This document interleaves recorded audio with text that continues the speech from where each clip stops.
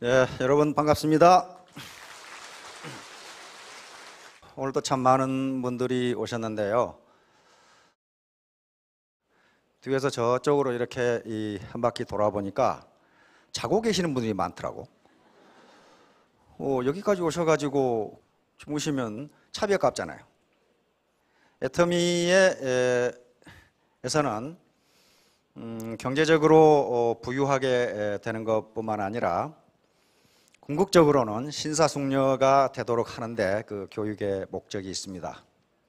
신사숙녀는 어떤 사람이 신사숙녀냐 하면은 건전한 상식과 양심을 가진 사람이 신사숙녀예요. 건전한 상식, 코먼센스, 그리고 양심, 이걸 가진 사람이 신사숙녀예요. 지식은 많은데 상식이 없는 사람이 많아요. 그런 사람을 몰상식한 놈이라고 그러거든. 그래서 애터미에서는 돈을 벌 때 자기가 노력하면 반드시 성공하는데 기왕이면 정성 대접을 받자 해서 이런 강의를 합니다. 대학에서 어떤 교수가 이제 강의를 하는데 이렇게 칠판에 강의 제목을 썼고 강의를 하려고 그러는데 이 강의를 듣는 이 학생놈들이 계속 웃어 깔깔거리고. 그러면 교수가 뭐라고 그러겠어? 강의 시간에 좀 조용히 하고 공부합시다 그랬단 말이에요. 근데 왜 학생들이 웃었냐면은 교수 바지가랑이 뒤에가 찢어져 가지고 빨간 팬티가 보여. 그러니까 이렇게 쓰고 있으니까 계속 웃었던 거예요. 그러니까 교수가 계속 웃으니까 화를 내 가지고 정숙하라는데 왜 계속 웃는 거야? 그러놓고 한 말씀 했어요. 웃는 놈보다 웃기는 놈이 더 나빠. 이렇게.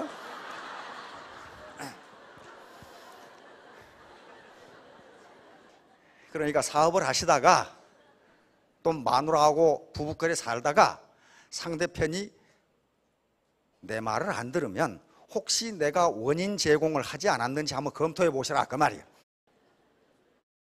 자, 마음을 활짝 열고 대학 강의를 듣도록 하겠습니다. 오늘 제목은요, 귤화위지. 여러분 귤 좋아하시죠? 요 귤이, 요걸 귤이라고 그럽니다. 귤은 우리말이 아니에요. 한자예요. 이건 될 화자고 될 위자, 이건 지는 탱자 지자입니다. 탱자. 그래서 한약방에서 또는 한의원에서 탱자 열매를 지실이라고도 한약재로 써요. 조그만 탱자 파란 거 있죠? 이걸 지실이라고 쓰는데, 그러니까 귤화위지라는 말은 귤이 탱자가 된다 그런 말이거든요. 여러분 귤로 살고 싶어요? 탱자로 살고 싶어요? 예, 귤로 사셔야 되겠죠? 그러면 어떤 경우에 귤이 탱자가 되고 탱자가 귤이 되는지 한번 보도록 하겠습니다. 자, 이제 아까 우리 박한길 회장이 공부 못해도 된다고 그랬는데 공부 못해도 되는데 생각은 하고 살아야 돼요. 아무 생각 없이 살면은 공부 못한 것보다 더 나빠요. 그건 생각을 하고 살아야 돼. 생각을. 그게 사유, thinking이라고 합니다. 인간은 뭐라고 그랬어요? 생각하는 갈대다. 그러니까 인간이 생각하지 않으면 그것은 누구나 꺾어버릴 수 있는 갈대에 불과하다. 그렇게도 해석할 수가 있어요. 꺾이지 않으려면 어떻게 돼요? 생각을 하면서 살아야 됩니다. 생각을 하면서. 여기 굉장히 아름다운 분이 계시는데 한번 읽어주시겠어요? 인간은 자연에서 가장 연약한 한 줄기 갈대일 뿐이다. 그러나 그는 생각하는 갈대다. 그를 박살내기 위해 우주가 무장할 필요가 없다. 한 번 품은 증기, 한 방울의 물이면 그를 죽이기에 충분하다. 그러나 우주가 그를 박살낸다 해도 인간은 그를 죽이는 것보다 더 고귀할 것이다. 인간은 자기가 죽는다는 것을, 그리고 우주가 자기보다 우월하다는 것을 알고 있기 때문이다. 우주는 아무것도 모른다. 그러므로 우리의 모든 존엄성은 사유로 이루어져 있다. 우리가 스스로를 높여야 하는 것은 여기서부터이지 우리가 채울 수 없는 공간과 시간에서가 아니다. 그러니 올바르게 사유하도록 힘쓰자. 이것이 곧 도덕의 원리이다. 내가 나의 존엄성을 찾아야 하는 것은 공간에서가 아니라 나의 사유의 규제에서이다. 많은 땅을 소유한다고 해서 내가 더 많이 갖게 되지는 않을 것이다. 공간으로서 우주는 한 점처럼 나를 감싸고 삼켜버린다. 사유로서 나는 우주를 감싼다. 분명히 인간은 생각하기 위해 만들어졌다. 이것이 그의 모든 존엄성이고 모든 가치이다. 그의 모든 의무는 올바르게 생각하는 데 있다. 인간의 존엄성은 사유에 있다. 사유는 인간의 위대를 이룬다. 네, 박수 부탁합니다. 역시 미인이 아름답게 읽으시네. 그렇죠? 자, 왜 제가 이 얘기를 먼저 꺼내냐면요, 아무 생각 없이 듣거나 보거나 사람을 만나면요, 얻는 게 아무것도 없어요. 그리고 생각 자체가 올바르지 못하면요, 결코 성공을 못해요. 예를 들면 공생, 나는 내 파트너와 동시에 성공하겠다, 나는 내 형제라인과 동시에 성공하겠다, 그렇게 생각을 하면 성공하는데요, 나만 잘 먹고 잘 살아야지, 그거 그렇게 되지 않습니다. 그렇게 안 돼요. 그래서 사유, 생각, 나는 부자가 돼야 되겠다라고 하는 생각부터 출발해야죠. 되면 좋고 안 되면 그만이고, 이렇게 하면 절대로 안 돼요. 절대로 안 돼요.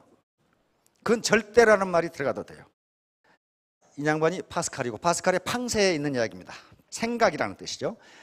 이런 갈대인데, 인간은 생각하는 갈대니까 생각만 하면은 무엇이라도 우주 전체를 감쌀 수가 있지만, 생각하지 않으면 갈대처럼 그냥 부러지고 말아요. 강자에게 계속 뜯어먹힙니다. 계속 뜯어먹혀요. 이 양반 로댕이라는 사람이에요. 로댕, 요 생각하는 사람. 옛날에 이런 패러디가 많이 있었죠. 이 생각하는 사람이 뭘 생각하고 있을까?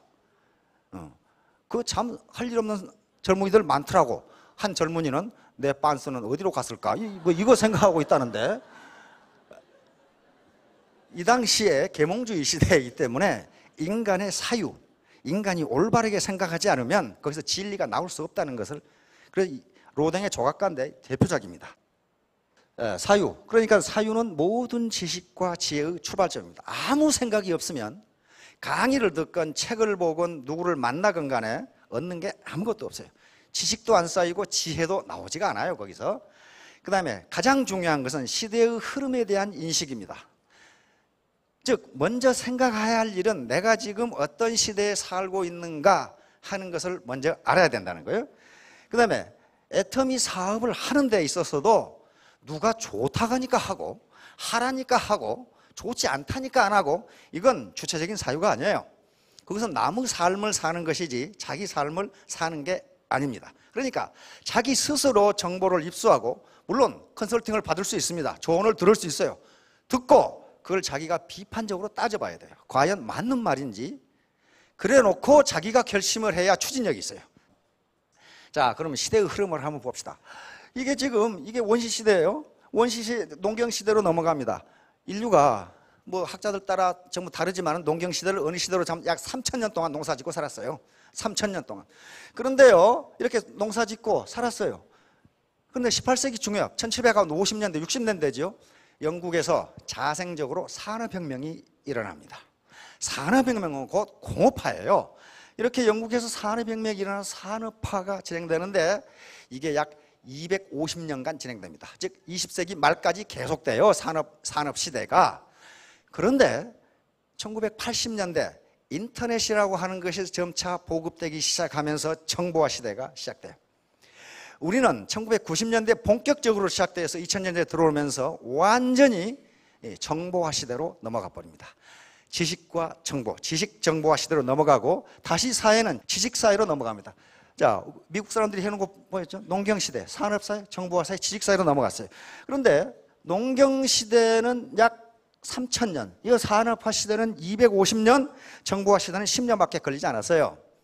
그러니까 점점 사회가 바뀌는 속도가 빨라져요. 벌써 학자들은, 전문가들은 지식사회도 이미 끝났고 창조사회로 넘어간다고 이야기를 합니다. 자, 그러면 이렇게 계속 바뀌는데, 18세기 중엽에 영국에서 산업혁명이 일어나서 250년간 서구가 산업화를 해서 올 선진국이 됐는데, 우리는 그걸 왜 우리가 지금 정신이 없냐면요, 60년, 50년 만에 해냈어요. 서구가 250년, 300년 걸린 것을 우리는 50년 만에 해냈기 때문에 정신이 없는 거예요. 제가 어렸을 때만 해도 우리나라 인구의 60 내지 70%가 농민이었어요. 그랬죠. 거의 농민이었어요. 그러다가 1962년에 경제개발 5개년 계획이 시작되면서 산업화가 시작된 거예요. 그게 60년이에요. 근데 80년대 들어오면서 어떻게 됩니까? 불과 한 40년 했는데 정보화 시대로 넘어가 버린 거예요. 그리고 지식사회로 넘어가 버렸어요. 그러니까 어때요? 우리의 패러다임, 우리의 사고 구조가 농업시대에서 바뀌기도 전에 지식사회가 와버린 거예요. 지식사회가. 그러니까 적응이 안 돼요. 적응이. 내 생각은 산업화 시대 그리고 농경시대에 머물러 있는데 실제로 사회가 굴러가는 것은 지식사회고 정보화사회예요. 자, 그러면 여기서 산업사회는 알겠는데 정보와 지식사회가 뭐냐? 이것은요, 지식과 정보가 부가가치 생산의 가장 중요한 요소가 되는 시대, 그렇게 생각하시면 됩니다. 다시 말하면 과거의 농경시대는요, 일한 시간만큼 소득이 나왔어요. 일한 시간만큼. 왜? 노동력으로 하면 되니까. 산업화 시대도 마찬가지예요. 중후장대한 공장이 있을 때에는 일을 열심히 하면 할수록 소득이 올랐고 생산성도 올랐어요. 그러나 지금은요, 앞만 뼈 빠지게 일해보세요. 돈 생깁니까? 안 돼요. 지식과 정보가 결합되지 않으면요, 부가가치가 나오질 않아요. 나오질 않습니다. 그렇기 때문에 이 사회, 지식정보화 사회에 어떻게 해야 될 것인가 하는 것을 생각해 보셔야 돼요. 내가 와학년에 뭐 했는데 그 와학년은 농경시대하고 산업화 시대예요. 지금 지식정보화 시대가 아니라고요. 지금. 자, 지금 미국이 뭐 먹고 사는지 봅시다. 미국의 지금 제조업은요, 거의 땅에 다 거의 없어요. 그런데 미국이 지금도 세계에서 가장 부국이고 GDP가 가장 높아요. 뭐 먹고 삽니까? 지식산업에서 먹고 살아요. 지식산업에서 먹고 삽니다. 마이크로소프트, 시애틀에 가면 마이크로소프트 본사가 있죠. 공장도 없고 땅도 없고 건물 하나밖에 없어요. 거기 몇 놈 쭈글 쉬고 앉아서 뭐 하고 앉아있다고. 그게 미국 최고의 기업이에요. 마이크로소프트. 페이스북, 뭐가 있어요? 페이스북 뭐가 있어요? 구글 뭐가 있어요? 아무것도 없잖아요. 그리고 미국 사람들 책 써서 팔아먹는 거. 우리 교수들은 맨날 자빠져 노니까 책 써가지고 미국에서 샀단 말 한 번도 못 들어봤어. 미국 교수들이 써놓은 거 다 수입하죠. 그게 지식산업이에요. 지식산업. 그런 걸로 먹고 살아요. 신발, 옷 전부 해외에서 수입합니다. 그러나 그 지식산업에서 파는 게 너무 많으니까 그걸로 먹고 살아요. 미국의 GDP의 70% 넘어요. 지금 75%가 서비스업이에요. 지식 서비스업이에요. 그러니까 우리 사회가 지금 그렇게 가고 있으니까 거기에 대응하지 않으면 안 된다는 거예요. 여기서 이제 안자 얘기를 하려고 합니다. 춘추시대, 중국의 춘추 전국시대라는 말씀 들어보셨죠? 전국시대가 시작되기 바로 전에 춘추시대 말기에 제나라, 지금 산동반도가 제나라입니다. 중국 주나라의 제후국인데 소위 강태공이라고 하는 사람이 세운 나라가 제나라인데 거기에 재상이에요. 재상, 안자. 그런데 이 양반이 외모가 아주 못생겼어요. 키는 작은데다가 얼굴은 되게 못생겨가지고 사람들이 보면은 저 사람이 아주 무시하고 싶은 생각이 들 정도로 못생겼어. 근데 워낙 훌륭한 인품을 가진 분이었기 때문에 이 양반이 돌아간 뒤에 이 양반의 언행과 행적을 후세 사람들이 기록한 책이 안자춘추라는 책이 있어요. 우리나라에 번역되어 나와 있습니다. 안자춘추에 있는 이야기입니다. 자, 여기 지도를 보시면 여기가 제나라예요. 여기가 공자가 살았던 노나라고, 그 다음에 이쪽에 주나라. 요 나라들이 전부 다 제후국들입니다. 주나라 땅이에요. 원나라, 월나라, 초나라가 이렇게 지금 있는 거고, 전국시대로 오면은 이게 다 망하고 몇 개만 이렇게 남습니다. 춘추시대 말기의 상황인데, 요 관중과 더불어, 관중은 제나라 초기에 명재상입니다. 이 사람이 제나라를 강성하게 만들었는데, 마지막에 춘추시대 말기에 안영이, 안자 이름이 안영인데 안영이라는 사람이 다시 제나라를 부강하게 만듭니다. 그러니까 한 사람의 현자가 나라를 어떻게 만드는가를 보여주는 겁니다. 그러니까 이걸 저건 제나라 안영의 이야기구만 그렇게 생각하지 마시고 나라는 사람이 우리 가정을 어떻게 만들 것인가를 한번 생각해 보시라 그 말이에요. 지금 이 사람은 아주 키도 작고 볼품없이 생겼는데 위트가 아주 뛰어난 분이었어요. 안영이, 안자가 초나라가 강성해지니까 제나라에서 초나라의 사신, 오늘 같으면 대사로 이렇게 가서 이제 초나라하고 왕을 만나서 외교를 하려고 그러는데, 초나라 왕이 들어보니까 안영이라는 놈이 키가 매우 적고 못생겼다. 거기다가 그런데 또 말은 잘한다. 그러니까 이 자식을 어떻게 놀려줄꼬 하고 있다가 제나라 초나라 성에 들어오니까 문지기가 키가 작으니까 당신은 대문으로 들어가지 말고 저쪽에 조그만 쪽문으로 들어가세요 이랬단 말이에요. 그러니까 안자가 개나라에 가면 개구멍으로 들어간다는데 여기가 개나라인가 이렇게, 나는 초나라에 왔는데, 그 말이에요. 초나라에 왔는데 어떻게 개구멍으로 들어가냐? 그 말이 되죠. 개나라에 가야 개구멍으로 들어갈 게 아니에요. 그래가지고 대문으로 들어갔어요. 그 사람 개구멍으로 들어가게 하면 초나라가 개나라가 되잖아요. 그래서 대문으로 들어가니까 초나라 임금이 또 망신을 좀 줘야 되겠거든. 그러니까 제 나라에는 사람이 그렇게 없어 그랬단 말이에요. 왜 그러십니까? 어떻게 당신같이 그렇게 작고 못생긴 사람이 사신으로 온단 말이오? 그러니까 아닙니다. 제 나라에는, 제 나라 수도가 임치라는 곳인데 사람이 너무너무 많아서 그 수도에 백성들이 팔을 올리면 해가 가려지고 동시에 땀을 흘리면 홍수가 납니다. 그런데 어찌 사람이 없다고 하십니까? 그러니까 그렇다면 왜 당신 같은 사람이 사신으로 오시오? 그랬더니 우리나라는, 제 나라는 상대방 임금이 어떤 사람인가를 봐서 사신을 보내는데, 상대방 임금이 현명하고 어진 사람 같으면 현명한 사신을 보내고, 상대방 임금이 어리석고 못난 놈 같으면 못난 사람을 보내는데, 제가 제 나라에서 가장 못난 사람입니다. 그래서 제가 왔습니다. 이렇게 되다. 그러니까 안영을 망신을 주다 초나라 왕이 완전히 망신을 당해가지고 화가 버럭버럭 났지만은 그렇다고 해서 일국의 국왕이 사신한테 뭐라 할 수도 없죠. 그래서 어떻게 하면 다시 골려줄까, 다시 골려줄 방도를 찾습니다. 자, 그런데 안자가 사신이 왔으니까 연애를 베푸는데 이 자식을 어떻게 해서 한번 골려줘야 되겠거든. 그래서 신하들하고 짰어요. 짜가지고 이렇게 하자. 한참 연애가 무르익는데 초나라 군사가 어떤 사나이를 하나 잡아왔어요, 임금한테. 그러니까 임금님이, 초나라 임금이 그 자는 뭐 하는 자인고? 그랬더니 제 나라 사람인데 도둑질하다 걸렸습니다. 이렇게 잡아왔어요. 그러니까 초나라 왕이 안양한테 망신을 주기 위해서 제 나라 사람은 도둑질을 잘합니까? 그렇게 물어봤단 말이에요. 그러니까 안영이 뭐라고 대답하냐 하면은 요 얘기를 합니다. 귤화위지. 남쪽에 강남의 귤나무를 추운 북쪽에 심으면 탱자가 됩니다. 그것은 남쪽과 북쪽이 토양과 기후가 다르기 때문입니다.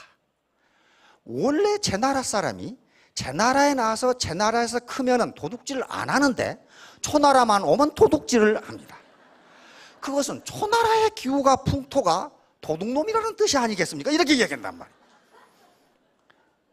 그러니까 망신을 주다가 또 망신을 당한 거예요. 응? 그래서 그래도 왕은 왕이잖아요. 껄껄 웃으면서 내가 현자를 욕보이려다가 내가 욕을 보는구려, 그렇게 답변을 했어요. 귤화이지입니다. 자, 중국의 기후인데요. 여기가 황허강입니다. 황허강. 황허강이 이렇게 흘러서 서해로 이렇게 흐르고, 그래서 서해가 물이 막지 않습니다. 이게 양자강입니다. 이게 가장 큰 강이죠. 이 사이에 회하라는 강이 있어요. 이게 이제 남북을 가리는 경계선입니다. 그래서 여기에 요 친닝산맥, 진령산맥이라는 산맥이 있는데 이게 강하고 이렇게 연결되면서 이쪽 남쪽은 아열대기, 아주 따뜻하고 땅도 비옥하고 농사도 잘 되고 그러는데, 요 산맥이 막혀가 여기는 춥고 농사도 안 되고 그래요. 그래서 이쪽에 귤나무를 이쪽에 심으면 탱자가 된답니다. 그러니까 같은 사람이라도 자기가 처한 환경에 따라서 결과가 달라진다. 지금 그런 얘기예요. 지금 달라진다. 자, 그러면 우리가 안자의 얘기에서 뭘 얻을 수 있느냐 하는 거예요. 첫째는 작용과 반작용입니다. 다시 말하면 상대방을 골탕 먹이려고 하면은 상대방도 나를 어떻게 한다? 골탕 먹인다. 상대방에게 나쁜 말을 하면은 상대방도 나에게 나쁜 말을 한다. 이게 작용 반작용입니다. 작용 반작용. 근데 작용 반작용의 법칙은 자연 법칙이에요. 이건 뉴턴의 운동 법칙이 3가지가 있는데 뉴턴은 고전역학의 완성자입니다. 그러니까 뉴턴 이전에 있는 고전 물리학을 전부 완성시킨 게 뉴턴 역학이에요. 뉴턴 물리학이에요. 뉴턴은 이 우주가 움직이는 원리를 단 3개의 방정식으로 나타냅니다. 그 첫 번째 법칙이 뉴턴의 관성의 법칙이에요. 즉 운동하는 물체는 외력이 작용하지 않는 한 그 운동을 계속하려 한다. 버스를 타고 가다가 버스가 갑자기 멈추면 어떻게 됩니까? 몸이 앞으로 나가죠. 그거 왜 그래요? 네, 관성 때문에 그렇습니다.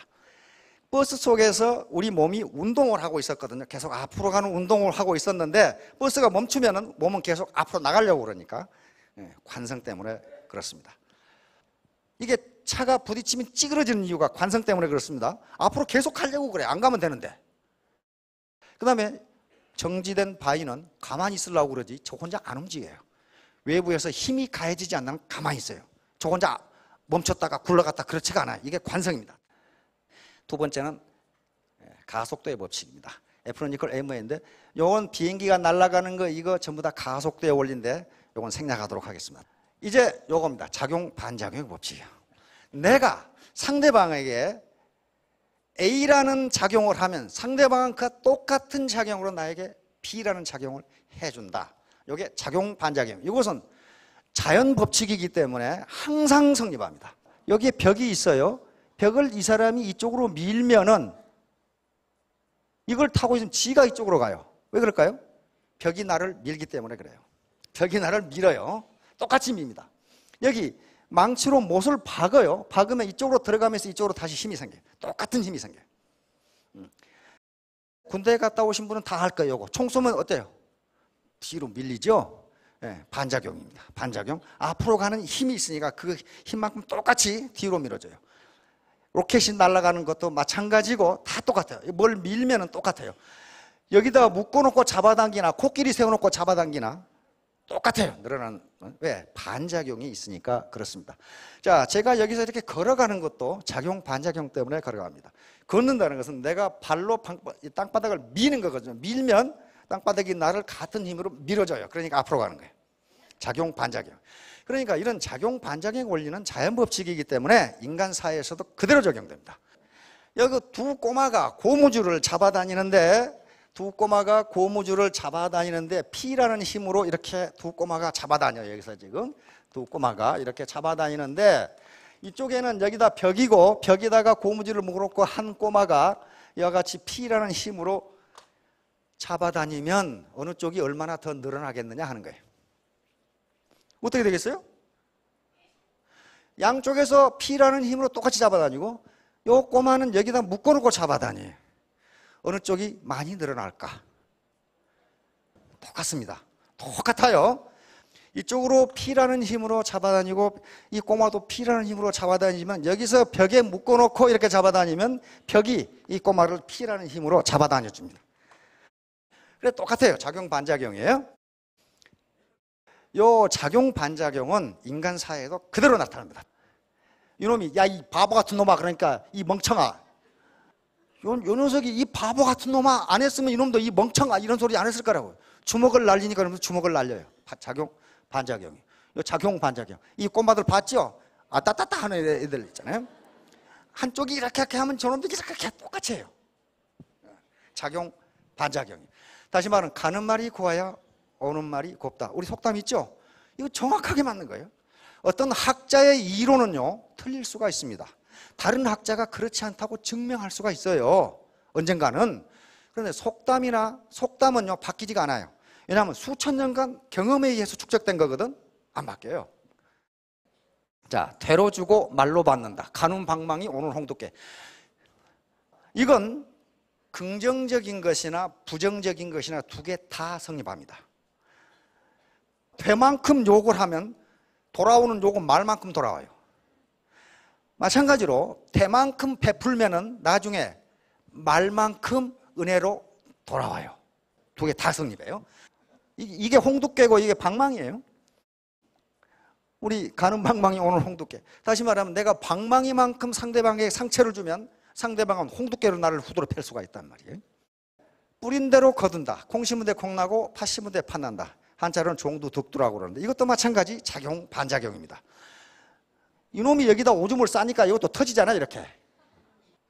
잘 안 보이는 분이 계실 거예요. 나중에 한번 보세요. 이게 What goes around comes around. 주는 대로 받는다. 씨를 뿌리고 감자를 심으면 감자를 얻고 벼를 심으면 벼를 얻는 거지, 아무것도 안 했는데 저게 나온다, 그런 거 없어요. 작용을 했으니까 반작용이 나옵니다. 이건 무슨 일을 하든지, 애터미 사업뿐만 아니고 무슨 일을 하든지 그렇습니다. 공부를 해도 그렇고 다 마찬가지예요. Give and take.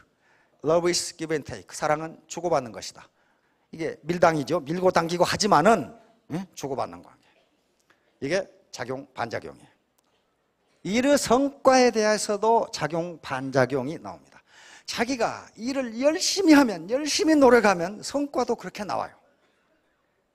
자기가 작용한 것만큼 반작용이 나오지, 노력은 적게 했는데 큰 결과가 나왔다, 그런 사람이 있긴 있어요. 근데 통상 감옥에 들어가시죠. 감옥에 들어가서 국가에서 주는 밥도 축내고 앉아 계시지 지금. 그렇게 되지 않아요. 장 선수가 이거 올린 성과가 이렇게 얼마나 노력을 했겠어요. 그러니까 작용 반작용은 바로 자기가 일한 것만큼 성과가 나온다. 자, 세상에 공짜는 없다. 이게 일본 학자들은 이런 거 굉장히 잘해요. 그러니까 이게 물은 무생물인데 물에게 뭐라고 말하느냐에 따라서 물의 분자 구조가 달라진다는 거거든요. 여기 컵에 물한테 나쁜 얘기를 했어요. 사랑 감사는 아주 무지가 아름다운데 이 악마 같은 놈 하면 물이 이렇게 변한다, 그런 말이에요 지금. 천사라고 하면 이렇게 되는데 짜증나 죽어버릴까 그러면 이렇게 된다 이 말이에요. 자, 무생물이 저렇게 우리가 긍정적인 말을 하느냐, 칭찬을 하느냐, 또는 부정적인 말을 하느냐, 비난을 하느냐에 따라서 모양이 달라진다고 하면 인간은 어떻게 되냐 말이에요. 인간의 70%가 물이에요. 물. 그렇죠? 물입니다. 거기다가 인간은 영혼을 가지고 있어요. 그러니까 반드시 give and take, 작용과 반작용이 있다. 학자들의 연구에 의하면 리더가, 즉 스폰서가 파트너를 어떻게 생각하느냐에 따라서 그대로 행동한답니다. 예를 들면 내가 회사의 CEO인데, 사장인데 사원 두 분을 뽑았어요. 근데 이분에 대해서는 내가 첫인상이 굉장히 성실하고 능력이 있을 것 같은데, 이렇게 첫인상이 들었어요. 그 다음에 다른 분에 대해서는 이거 농땡이 같은데. 그러면 어떻게 됩니까? 이 상사는 자기 첫인상이 좋은 사람한테 자꾸 좋은 얘기를 해요. 또 좋은 일을 시켜요. 그 다음에 농땡이 같은데 그렇게 생각하는 사람한테는 일을 안 시키고 엉뚱한 일만 시켜. 그러면 결국은 결과가 어떻게 나옵니까? 자기가 좋게 봤던 사람은 계속 일을 하고 성과를 내는데, 농땡이라고 생각한 사람은 성과가 별로 없어, 일을 별로 안 시키고 별로 중요하지도 않은 일을 시켰거든. 그래놓고 나중에 뭐라고 하냐면 역시 내가 사람 보는 눈은 있어, 그런단 말이에요. 사람 보는 눈이 있는 게 아니고 그렇게 생각했으니까 그렇게 행동한 거예요. 그게 작용 반작용이에요. 외모로 사람을 판단하지 말라. 아까 안자에서 나온 두 번째 그겁니다.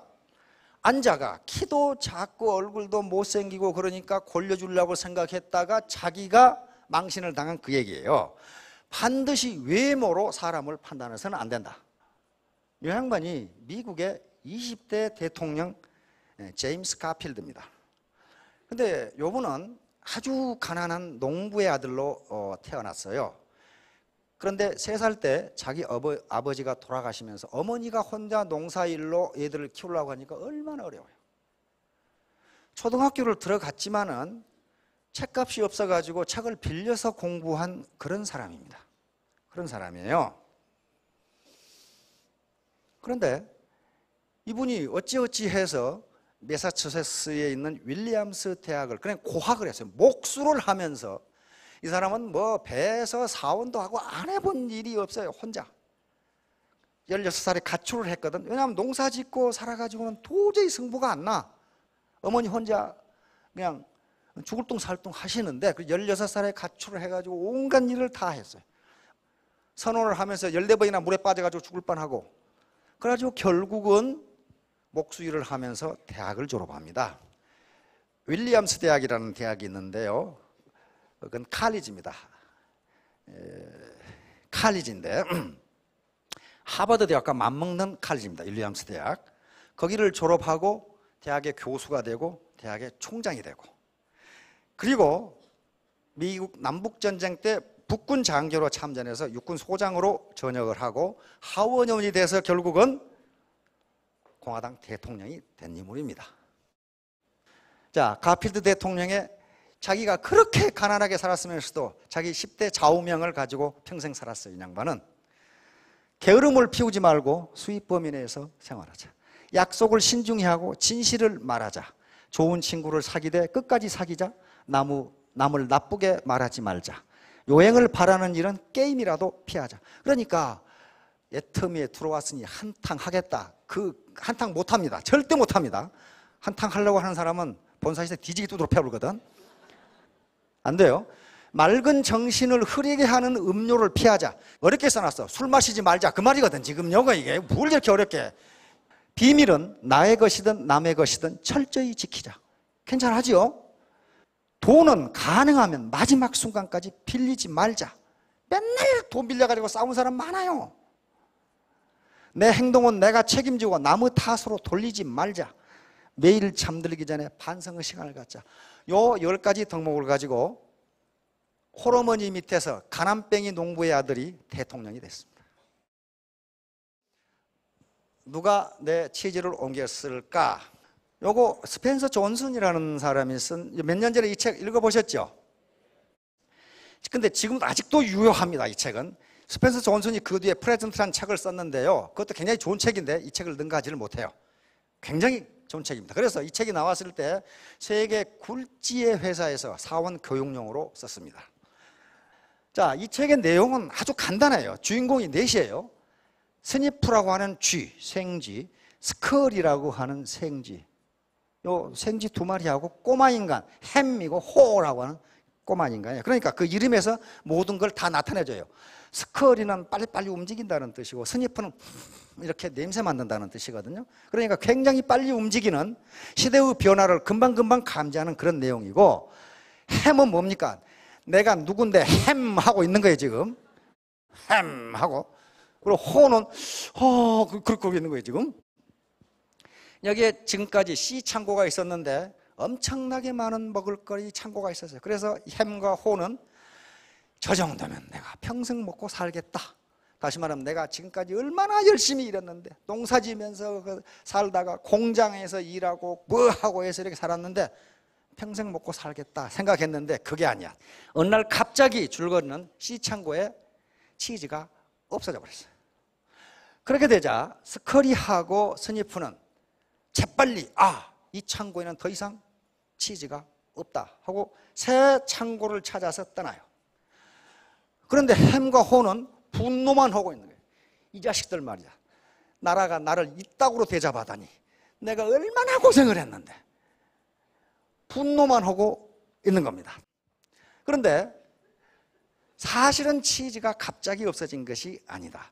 그동안 계속 치즈를 먹었고 치즈가 오래돼서 상했기 때문에 지금 다른 치즈를 만들지 않으면 안 되는데, 그 변화에 신경 쓰지 않았다. 저자의 얘기입니다. 그러다 보니까 새로운 치즈 창고를 찾아서, 즉 시대가 농경시대, 산업화 시대에서 지식정보화 시대로 왔으면 새로운 치즈가 어디 있는가를 찾아 나서야 되는데 햄과 호는 거부했어요. 어떤 놈들이 우리 치즈를 뺏어간 것이 틀림없으니 그놈의 새끼들이 갖다 놓을 때까지 기다리자, 이렇게 하는 거예요. 그런데 암만 기다려도 안 갖다 놓거든.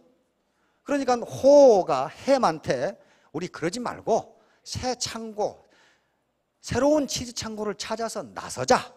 그런데 햄은 거부합니다. 아니다, 내가 지금까지 얼마나 열심히 일을 했는데 시창고에 치즈가 없어진 것은 내 때문이 아니고 어떤 놈들이 요걸 단데 옮겨놨다. 그 자식이 옮겨올 때까지 기다리자. 안 가요. 근데 호는 더 이상 기다릴 수 없다. 자기가 갑니다. 가면서 새로운 치즈 창고를 찾아 나서면서 이 세 가지 교훈을 호가 남겨줍니다. 자신의 주변을 간단하고 융통성 있게 유지하며 신속하게 행동하라. 계속 꿈을 내지 마라. 사태를 지나치게 분석하지 말고 두려움으로 자신을 혼동시키지 말라. 다시 말하면 시창고에 치즈가 없어졌으면 왜 없어졌을까 하고 맨날 생각하지 말고 새로운 치즈 창고를 찾아 나서라. 작은 변화에 주의를 기울여서 큰 변화가 올 때 잘 대처할 수 있도록 준비하라. 이게 지금 농경시대와 산업화 시대를 사는 사람들에게 주는 교훈입니다. 저자는 마지막으로 변해야 산다. 어떻게 변하느냐? 시대의 흐름에 맞게 변해라. 시대를 자기가 바꿀 수 없으면 시대에 자기를 맞춰야 된다고 이야기합니다. 그러면 여기서 치즈가 의미하는 것들은 무엇이냐 하면은 자기가 갖고자 하는 것을 전부 치즈라고 이야기합니다. 다시 말하면 높은 소득, 부모에 대한 효도, 진급, 자동차, 집, 자기가 갖고 싶어하는 것들, 연인, 친구 전부 다 치즈입니다. 그런 것들이 옛날과 똑같은 방법으로 얻어지지 않는다. 그런 얘기입니다. 그래서 마지막으로 저자는 변화는 항상 일어나고 있다. 변화는 치즈를 계속 옮겨놓는다. 당신이 얻고자 하는 가치 있는 것들이 옛날 방법으로는 얻을 수 없다. 그런 얘기예요. 지금 변화를 예상하라. 치즈가 오래된 것인지 자주 냄새를 맡아봐라. 자기가 구태연한 패러다임에 잡혀있지 않는지 생각해봐라. 변화에 신속히 적응하라. 사라져버린 치즈에 대한 미련을 빨리 버릴수록 새 치즈를 보다 빨리 발견할 수 있다. 와, 옛날에 내가 이거 해가지고 얼마나 돈을 많이 벌었는데 지금은 안 되네. 해봐야 아무 소용없다. 그런 말이에요. 자신도 변해야 한다. 치즈와 함께 움직여라. 신속히 변화를 준비하고 그 변화를 즐겨라. 변화는 치즈를 계속 옮겨놓는다. 그러므로 시대가 바뀌면 자기의 패러다임도 바뀌어야 된다는 걸 계속 강조하고 있습니다. 이것이 간단한 우화 페이블인데요. 이게 세계 유수 기업에서 전부 사원 교육용으로 썼다는 것은 지금도 유효합니다. 자, 결론입니다. 탱자가 귤로 살아가기 위해서는 시대의 흐름에 맞는 패러다임을 가져야 한다. 패러다임은 사고의 틀, 세상을 보는 눈이에요. 세상이 지금 지식정보화 시대면 지식정보화 시대라고 봐야지 농경시대나 산업화 시대로 보면은 탱자로 살 수밖에 없다. 여기서 지금 알을 깨고 나와야 병아리가 돼야 되는데 알 속에 그냥 들어있으면 안 된다는 거예요. 자, 결론입니다. 판크라티온. 고대 올림픽 경기의 종목입니다. 이것은 두 가지를 제외하고는 다 할 수 있었답니다. 물어뜯기하고 눈찌르기. 요 두 개만 반칙이고 그놈을 엎어치든 매치든 발로 차든 덩어리를 차든 모가지를 잡아다니건 반칙이 없다. 그런데 한쪽이 항복하지 않는 한 죽을 때까지 한다. 그리고 심판이 있다가 항복하더라도 계속하라고 그러면 한 놈이 죽어야 끝난다. 그 경기예요. 이게 판크라티온이에요. 좀 무시무시하죠? 근데 지금 빈곤하고 싸움이 판크라티온이에요. 빈곤을 내가 죽이든지 안 그러면 내가 빈곤한테 죽든지 둘 중에 하나예요. 내가 빈곤한테 항복한다고 내가 살아납니까? 죽어요. 죽는다고요. 그게 판크라티온이에요. 그 판크라티온 경기가 그리스의 도자기와 조각에 많이 남아있어요. 어떻게 되는 거 봅시다. 어떻습니까? 발로 걷어차죠. 등어리를 사정없이 치는 거 아니에요. 이러면 어때요? 뒤에서 팔을 꺾어가지고 이렇게 하고 있죠. 이런 것들 어떻습니까? 무자비하게 하는 거예요. 판크라티온. 바로 빈곤을 물리치기 위한 경기가 판크라티온이에요. 내가 빈곤을 때려 죽이든지 안 그러면 빈곤한테 내가 맞아 죽든지 둘 중에 하나예요. 안 끝나요. 내가 빈곤에 대해 항복했다? 그럼 살 것 같아요? 그 죽어요. 죽습니다. 그러니까 빈곤을 물리치기 위한 경기, 노후 준비를 위한 경기, 귤에서 탱자로 추락하지 않게 한 경기, 탱자에서 귤로 복귀하게 한 경기, 경제적 자유를 얻기 위한 경기, 궁극적으로는 잘 살고 사랑하고 배우고 사회에 기여하는 등 균형 잡힌 삶을 살기 위한 경기는 마치 판크라티온과 유사합니다. 둘 중에 하나가 항복하면 끝나는데 항복한다고 살 수 있느냐? 그렇지 않아요. 그렇지 않습니다.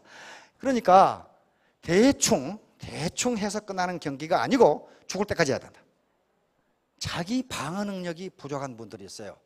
제가 주변에서 애터미 사업자들도 보면은요, 또 애터미 사업자뿐만 아니고 주변의 사회에 보면은 자기 방어 능력이 없는 사람들이 있어요. 이것은 그것이 좋다 나쁘다가 아니고 선천적으로 심약해요. 심약하고 모질지를 못해 사람이. 그래서 다른 사람이 계속 뜯어먹어도 아이고 내가 못나서 그러겠거니 하고 당하는 사람들이 있어요. 그러니까 자기 권리를 주장을 못하고 그런 분들이 있어요. 그러면 그 사람들은 어떻게 할 것이냐 하는 문제예요. 이 사람들은 어떻게 해야 되느냐? 같이 하면 됩니다. 재심합력. 같이 하면 할 수 있어요. 혼자 하면 아무것도 못해요. 같이 하면. 그러면 그 사람들이 맨날 노느냐? 그것이 않아요. 모든 인간은 적어도 4가지 내지 5가지의 장점이 있답니다. 그걸 대표 강점이라고 그러는데 그 강점을 가지고 있는데 사회생활에 조금 적응을 못할 뿐이지 능력을 가지고 있단 말이에요. 같이 하면은 시너지 효과가 나올 수가 있어요. 그래서 attitude is everything. 마음가짐, attitude는 태도거든요. 마음가짐이 전부다. 내가 판크라트형 경기를 죽을 때까지 절대로 포기하지 않고 빈곤이라는 놈을 물려쳐야 되겠다. 내가 내 노후 생활 안정을 반드시 해내야 되겠다라고 하는 마음가짐. attitude is everything. 마음가짐이 전부다. 태도가 전부다. 정신일도 하사불성. 정신이 한 군데로 집중하면 무슨 일인들 못하겠는가? 그 말이 무슨 일인들 못하겠는가? 이게 판크라티온이에요. 여러분 빈곤 그리고 노후 생활 싸워서 반드시 승리하시기 바랍니다. 예, 감사합니다.